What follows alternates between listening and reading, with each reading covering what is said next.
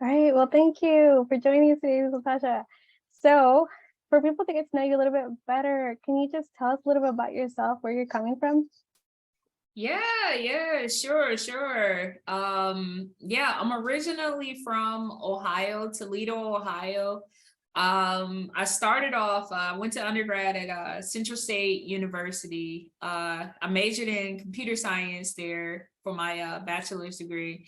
And then Central State, they had a partnership with Department of Energy. And so I went there to work as an intern, Central State University. They sent me to Washington, D.C., and I was a intern there. And that's kind of how I started my whole tech career. And then after being an intern, I worked at Booz Allen Hamilton. I was there as a database administrator. And then after I left Booz Allen Hamilton, I went to work for the federal government full time. I was a software engineer there for 11 years. Traveled all over. We got to live in England. We were there for 4 years. We were doing like IT work for the British government there, software applications and everything. And then we ended up taking a position here in San Antonio, also working for the US government. We were software engineers there. And then here is when we decided to do our IT company full time. We were doing it part-time while working full-time during we started in 2016, and then we just decided to go full-time once we moved here. That's so impressive.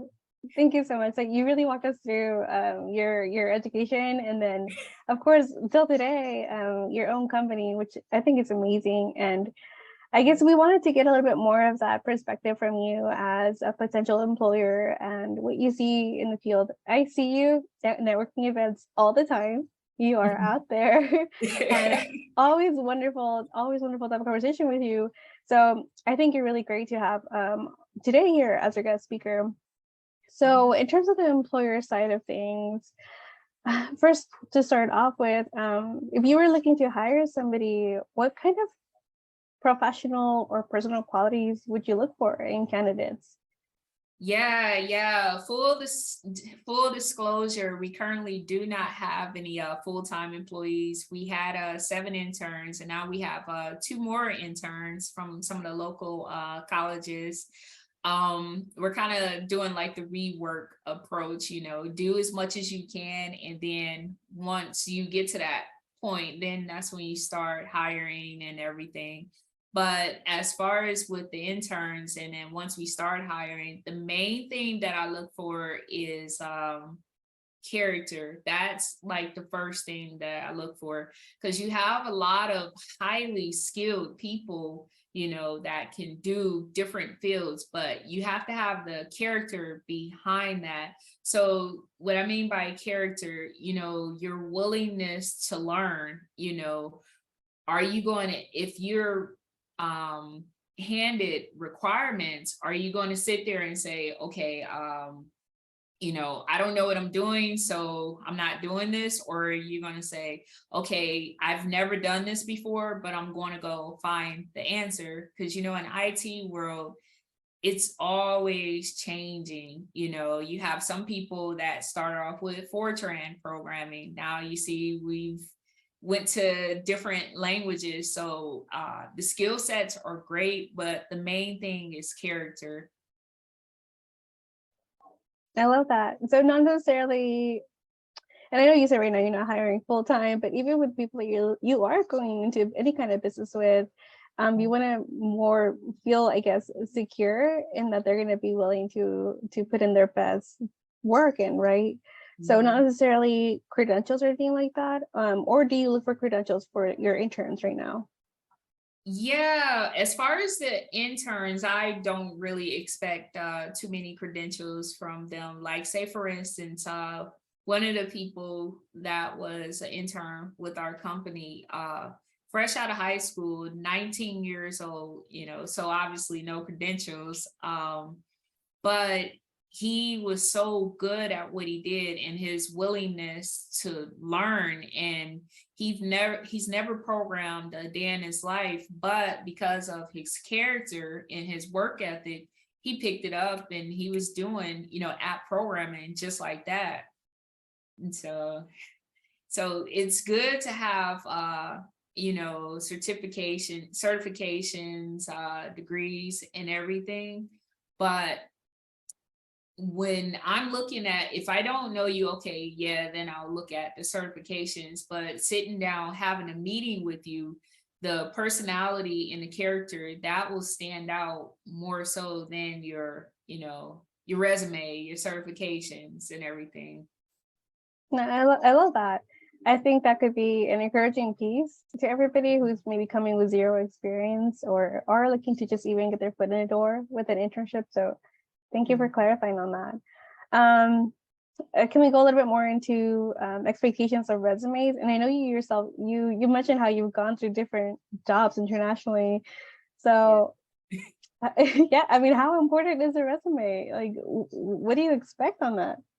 Yeah, the resume, a lot of times, like I go to like different places and sometimes I'll collect resumes and everything for future references, because we're contractors, we're always doing work, so work always comes up. And so if we have to reach into the Rolodex, so we use that for reference. But now most people, they're doing stuff like LinkedIn. That is huge. I hear a lot of people that get jobs using LinkedIn, so that could be a resume.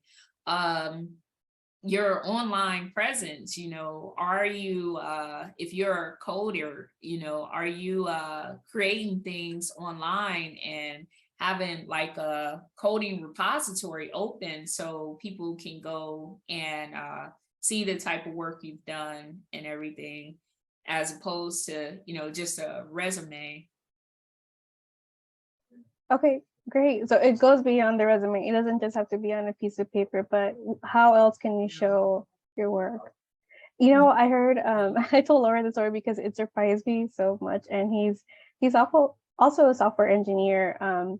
I have a friend who recently got promoted to work with DoorDash, and he told me a story about how he got hired by playing video games. He was just playing with random people online, and they created a chat group on Discord. Wow. And they just said, hey, we have openings at DoorDash. I can help you get the job or tell you a little bit about, the process for interviewing and all that. And sure enough, he got hired and he's moving to Seattle. So Right. so Yeah, because you have like a lot of technical people, they'll go, the traditional route and everything, but that doesn't guarantee sometimes that doesn't, guarantee your performance, So in tech, it's about your experience, can you do the job, if the requirements are being put before you, like resumes, they're good and everything, and certifications, they're good too, to show that you've had some type of formal education. But it all boils back down to what's your experience, what exactly have you done lately. okay, great. And so you also did talk about an interview, for example, that you like knowing their character and the good qualities in that. But what kind of aspects of a person's resume or interview might be like red flags to you and say, no, I'm definitely not going to work with this person? If someone as far as like resumes, if I look at a resume,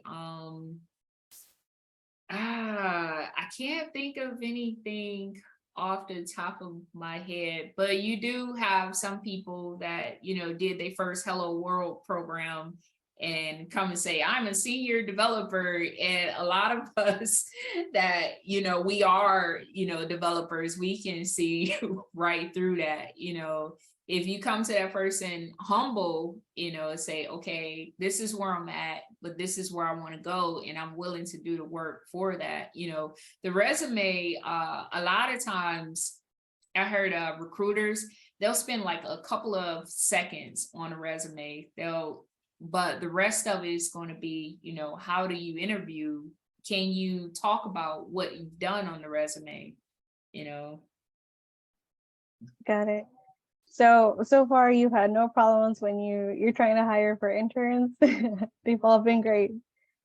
Yeah. I look at it like everyone is everyone is different. Everyone has like their own, personal qualities that they can bring. So I think when you're looking for candidates, when I'm looking for candidates, I try to look at them, as an individual by the way they talk and everything, and different how they explain things. And then that's how I can kind of gauge like, oh, okay, this person will be good at doing this. So I try to look at what are their qualities. If they've never programmed a day in their life, okay, I obviously won't put them on a programming project, if it's something that's in dire need. But if like you have some people that have the qualities that a lot of techs that I ran across that don't, they know how to talk, they know how to talk to a software developer and then take that and translate it to stakeholders, but they may not know how to develop themselves. They're still a great asset. And you kind of learn that just by talking to them and getting to know them. Okay, love that. Soft skills go a long way. Yes, they do. Okay, I know Tony had put in a question in the chat. He asked, how about Google certifications? How relevant are they for candidates applying? Yeah. Certifications, you have some companies that they look at that, So I wouldn't say like don't get certifications and everything. Those are, as a matter of fact, things are changing so much. So those can definitely help too, depending on what the project is. But you have some people, they will go get a certification and they'll say, okay, now hand me a job because I have a certification.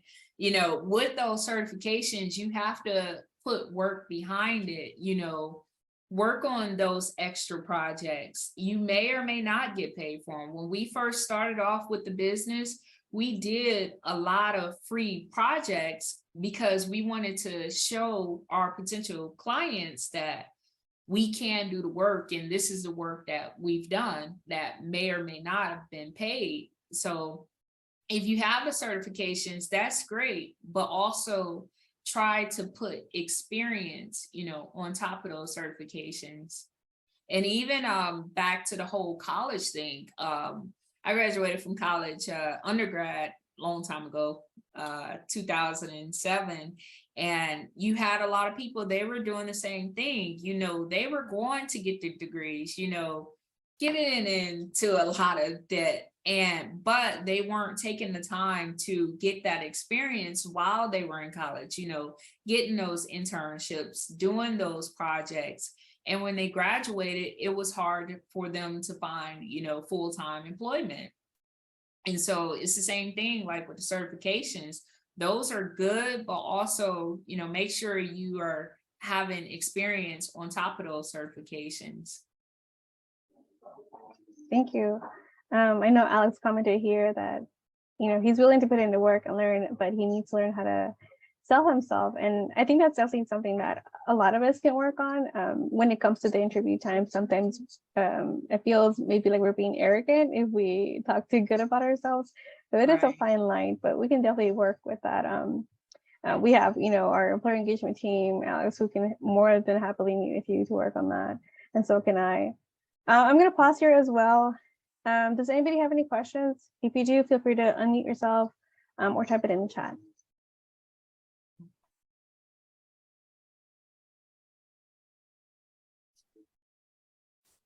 Hmm.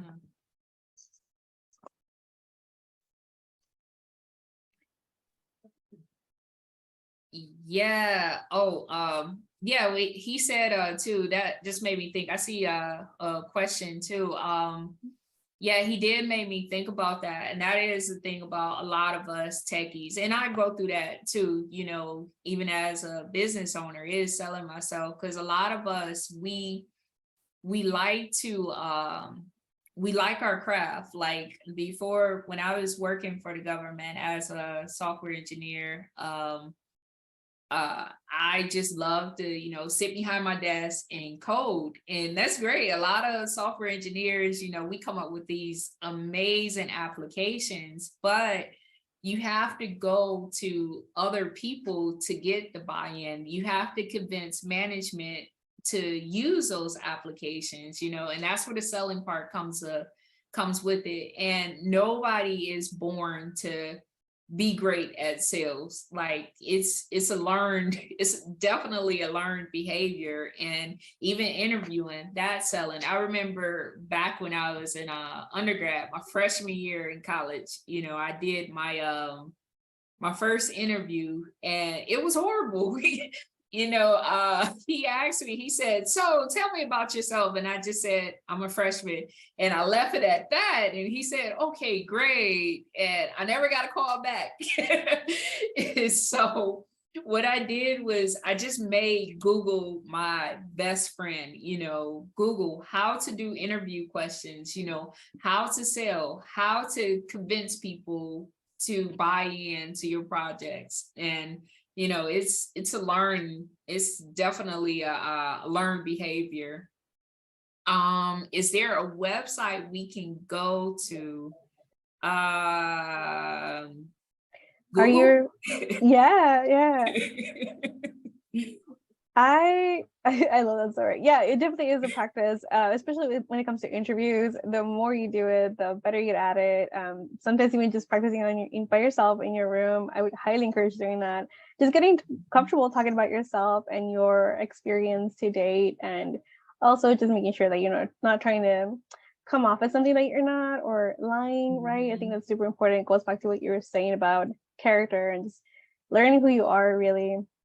So I would say when it comes to this type of preparation resources, use something that's going to be aligned to your learning method. So for me, I like hearing a lot. So I put on podcasts, how to advance my career in IT. If it's watching or, something visual, maybe like a YouTube video, there are so many resources out there. And I do have a page compiled with some of these resources. And so I'll share that out at the end. Okay. Any other questions here so far?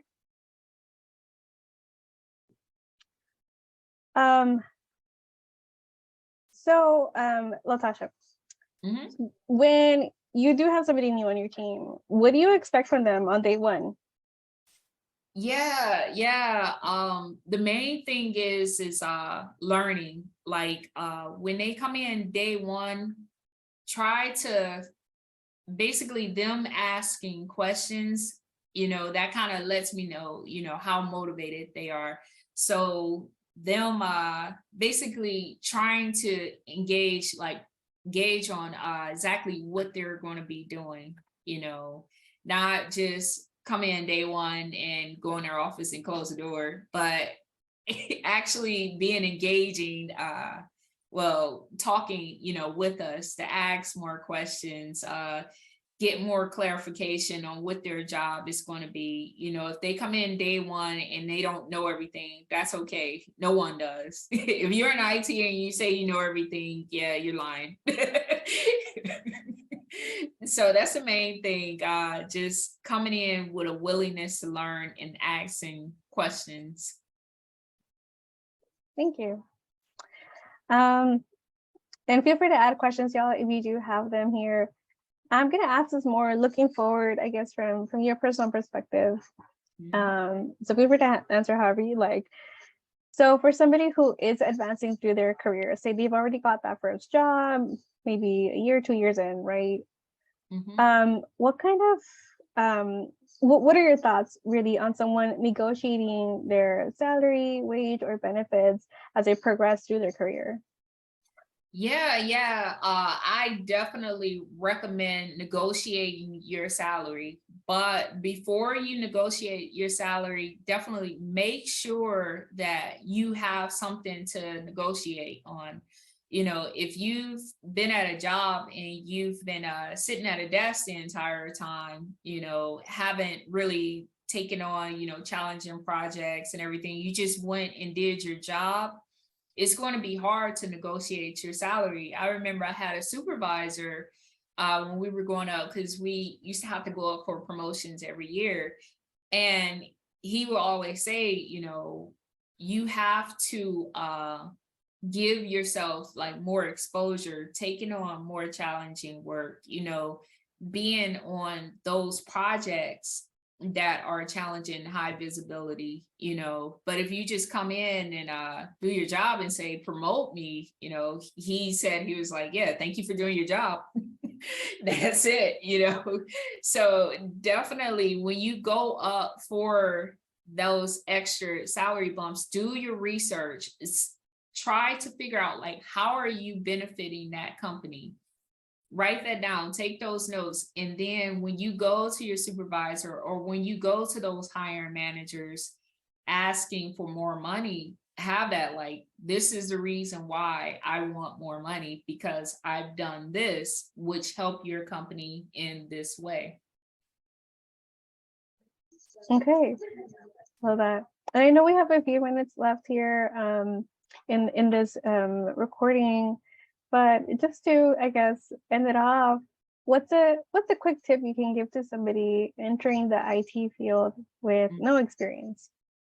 Yeah. Just to give you background on me, I didn't have experience in IT either. You know, I didn't come from a programming background, didn't start programming in elementary like some people and stuff like that. But it goes back to character. You know, I was just willing to learn. And even though I wasn't, you know, surrounded by programmers, I still try to put myself in a better position to progress. So I would say a lot of people, they don't continue in IT because they'll see that initial barrier. They'll, when they're looking at code, they see a totally different language, and then they'll say, oh, well, it's not for me because I don't understand that right now.